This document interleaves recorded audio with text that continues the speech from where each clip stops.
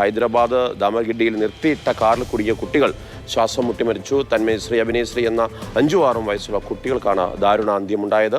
കാറിൽ കയറി കളിക്കുന്നതിനിടെ അബദ്ധത്തിൽ ഡോർ അടഞ്ഞു പോവുകയായിരുന്നു. കെ.ബി. ശ്രീധർ അതിന്റെ വിവരങ്ങളുമായും ചേരുന്നുണ്ട്. ശ്രീധർ, ഇത്തരമൊരു സംഭവം നടക്കുമ്പോൾ കുട്ടികൾക്കൊപ്പം മറ്റാരും ഉണ്ടായിരുന്നില്ലേ? കാർ ഇങ്ങനെ തുറന്നിട്ടിരുന്നു, അത് ഈ കുട്ടികൾ കയറിയതാരും ശ്രദ്ധിച്ചില്ലേ? എങ്ങനെയായിരുന്നു ഈ അപകടം? ഒരു വിവാഹ ചടങ്ങ് നടക്കുന്ന സ്ഥലത്ത് ആ പാർക്കിംഗ് ഗ്രൗണ്ടിലായിരുന്നു മാർഷൽ ഈ കാറ് പാർക്ക് ചെയ്തിരുന്നത്.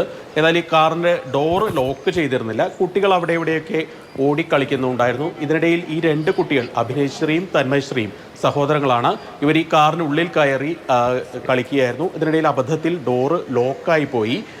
തുടർന്ന് കുട്ടികൾ പലതവണ പുറത്തേക്ക് ഇറങ്ങാൻ നോക്കിയെങ്കിലും സാധിച്ചില്ല.